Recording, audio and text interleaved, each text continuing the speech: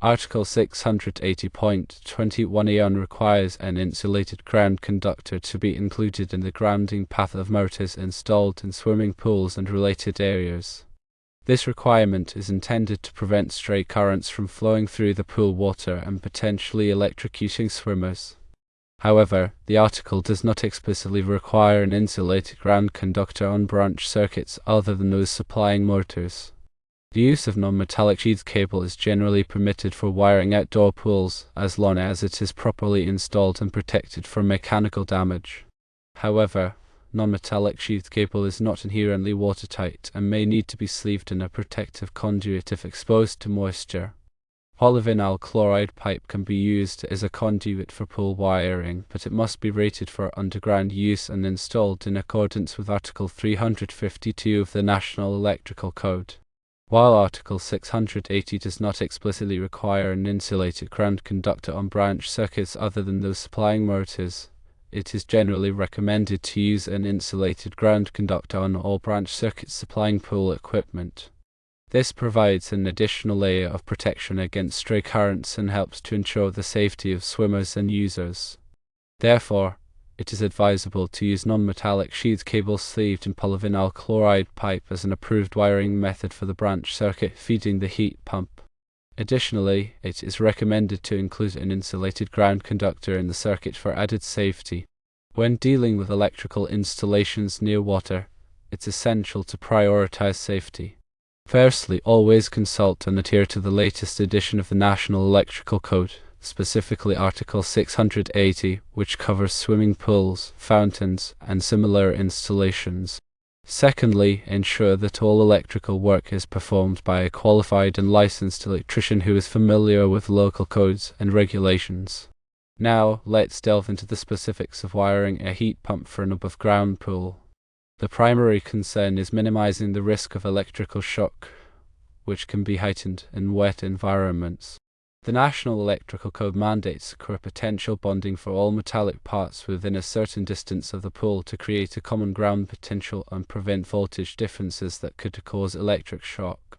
For the branch circuit feeding the heat pump, it's important to understand the role of the insulated ground conductor, often referred to as the equipment grounding conductor.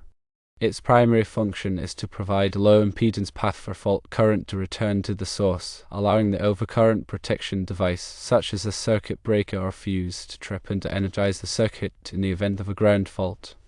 While Article 680.21 specifically addresses the need for an insulated ground conductor for motors, the underlying principle of electrical safety extends to all equipment associated with the pool. Therefore, even though the code may not explicitly mandate an insulated ground conductor for the heat pump itself, it is a prudent safety measure. Now let's discuss wiring methods. Non-metallic sheath cable, such as type NMB, is commonly used for residential wiring. However, its suitability for outdoor pool applications depends on the specific installation conditions. Non-metallic sheath cable is not designed for direct burial or exposure to wet locations. Therefore, if the cable is run outdoors, it must be protected from physical damage and moisture. Sleeving a non-metallic sheath cable inside a polyvinyl chloride conduit provides this protection. Polyvinyl chloride conduit is a rigid, non-metallic raceway that is resistant to moisture, corrosion, and physical damage. It can be installed above ground or underground, provided it is listed and marked for the intended use. When installing polyvinyl chloride conduit, follow the manufacturer's instructions and the requirements of Article 352 of the National Electrical Code. This includes using appropriate fittings, supports, and expansion joints to accommodate thermal movement. The conduit should be securely fastened to walls or other structures to prevent sagging or displacement. In addition to protecting the non-metallic sheath cable, the polyvinyl chloride conduit also provides a degree of insulation against ground faults. If a fault occurs within the heat pump, the conduit can help to contain the fault current and prevent it from spreading to other conductive surfaces. Another critical aspect of wiring the heat pump is proper grounding and bonding.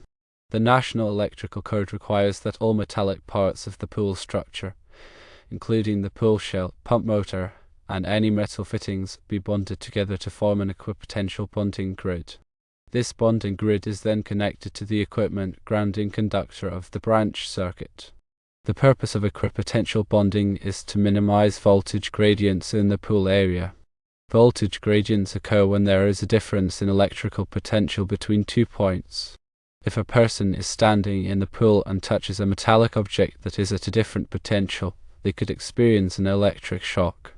By bonding all metallic parts together, the voltage gradients are minimized, reducing the risk of electric shock. To ensure proper grounding and bonding, use listed and labeled grounding connectors and bonding clamps. These connectors should be made of corrosion-resistant materials, such as copper or stainless steel, to withstand the harsh environment around the pool. The grounding conductors should be sized according to the requirements of the National Electrical Code, based on the size of the branch circuit over current protection device. In addition to the equipment grounding conductor, the National Electrical Code also requires a separate bonding conductor to be run between the pool motor and the pool bonding grid. This bonding conductor should be a solid copper conductor, sized according to the National Electrical Code. The bonding conductor should be connected to the motor frame and the bonding grid using listed and labeled bonding clamps. Another important consideration is the location of the heat pump. The National Electrical Code specifies minimum clearances for electrical equipment around pools. These clearances are intended to prevent accidental contact with energized parts. The heat pump should be located at least 5 feet from the inside wall of the pool, unless it is separated by a permanent barrier, such as a fence or wall. The heat pump should also be located in a well-ventilated area to prevent overheating. The electrical disconnect for the heat pump should be readily accessible and located within sight of the heat pump. This allows the power to be quickly shut off in the event of an emergency. The disconnect should be clearly labeled to indicate that it controls the heat pump. When selecting the overcurrent protection device for the branch circuit, choose a device that is properly sized for the load. The overcurrent protection device should be rated to protect the wiring and equipment from overload and short circuits. Consult the heat pump manufacturer's specifications to determine the correct overcurrent protection device rating. It is also recommended to use a ground fault circuit interrupter breaker for the branch circuit feeding the heat pump. Ground fault circuit interrupter breakers are designed to detect small ground faults and quickly de-energize the circuit, preventing electric shock. Ground fault circuit interrupter protection is required by the National Electrical Code for receptacles located within a certain distance of the pool. While it may not be required for the heat pump circuit itself, it is a prudent safety measure. When installing the wiring for the heat pump, use proper wiring techniques. All connections should be made inside approved electrical boxes. The boxes should be securely mounted and properly grounded. The wiring should be neatly arranged and supported to prevent damage.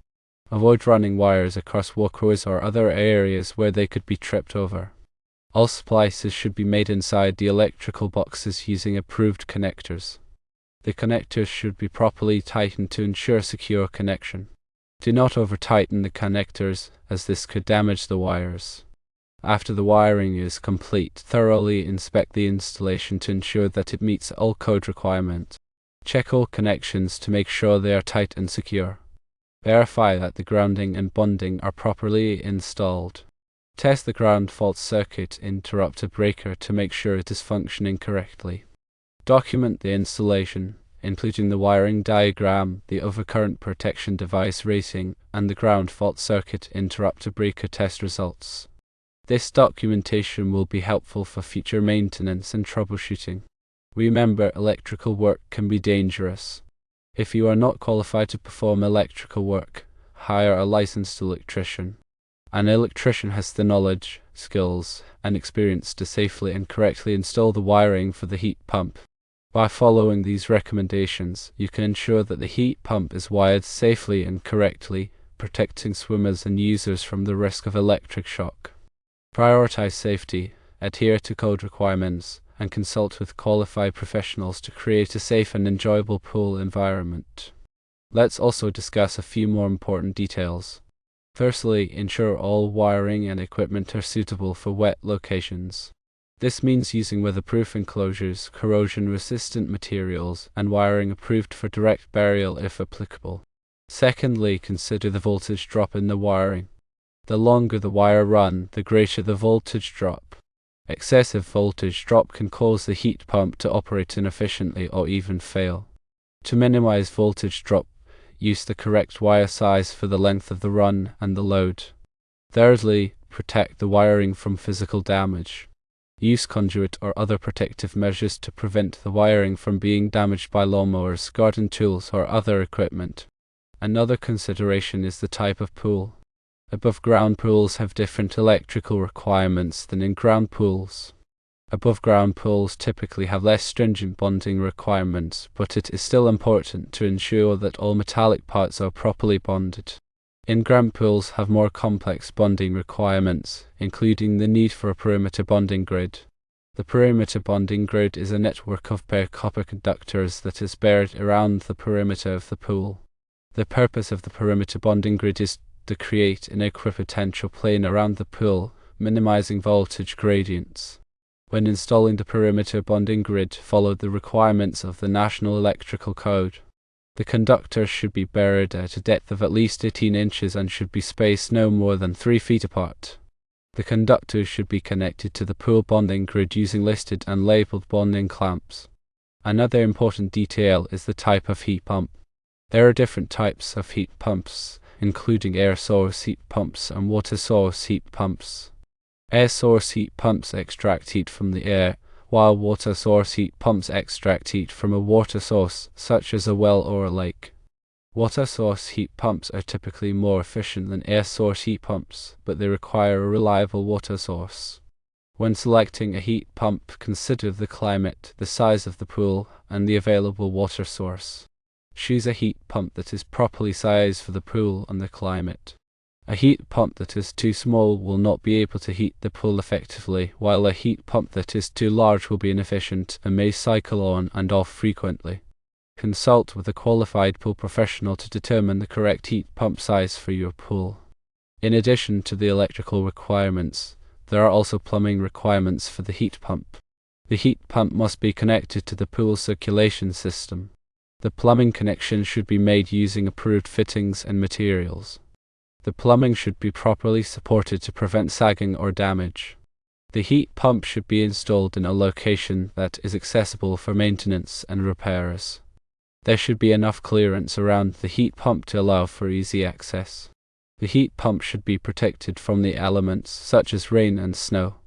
Consider installing a cover over the heat pump to protect it from the weather. Regular maintenance is essential for ensuring the heat pump operates efficiently and reliably. The heat pump should be inspected regularly for leaks, corrosion, and other damage. The heat pump's filter should be cleaned or replaced regularly. The heat pump's coil should be cleaned to remove dirt and debris. The heat pump's refrigerant level should be checked annually by a qualified technician. By following these maintenance tips, you can extend the life of the heat pump and ensure that it operates efficiently. Remember, safety should always be the top priority when working with electricity. If you are not comfortable performing electrical work, hire a licensed electrician. A licensed electrician has the training and experience to safely and correctly install and maintain the heat pump's electrical system. Prioritize safety, follow code requirements, and consult with qualified professionals to create a safe and enjoyable pool environment. Electrical codes and regulations may change over time, so it's essential to stay up to date with the latest requirements. Local authorities may also have additional regulations that must be followed. Check with your local building department to ensure that the installation complies with all applicable codes and regulations. When in doubt, consult with a qualified electrical inspector. An electrical inspector can review the installation and identify any potential safety hazards. The electrical inspector can also provide guidance on how to correct any deficiencies. Obtaining an electrical permit is often required before starting electrical work. The electrical permit allows the building department to inspect the installation and ensure that it complies with code requirements. Applying for an electrical permit is a simple process. Contact your local building department for more information. Ignoring electrical codes and regulations can have serious consequences. It can result in fines, penalties, and even legal action. More importantly, it can create a safety hazard that puts people at risk of electric shock or fire. Take the time to learn about the electrical codes and regulations in your area and make sure that the installation complies with all applicable requirements. It's not just about adhering to rules, it's about protecting lives and property. In summary, ensure all electrical work adheres to NEC Article 680, engage qualified electricians, prioritize insulated grounding, protect wiring with PVC conduit, implement equipotential bonding, adhere to safety clearances, use ground fault circuit interrupter protection, inspect and document the installation, and stay informed about code updates for a safe and compliant pool environment.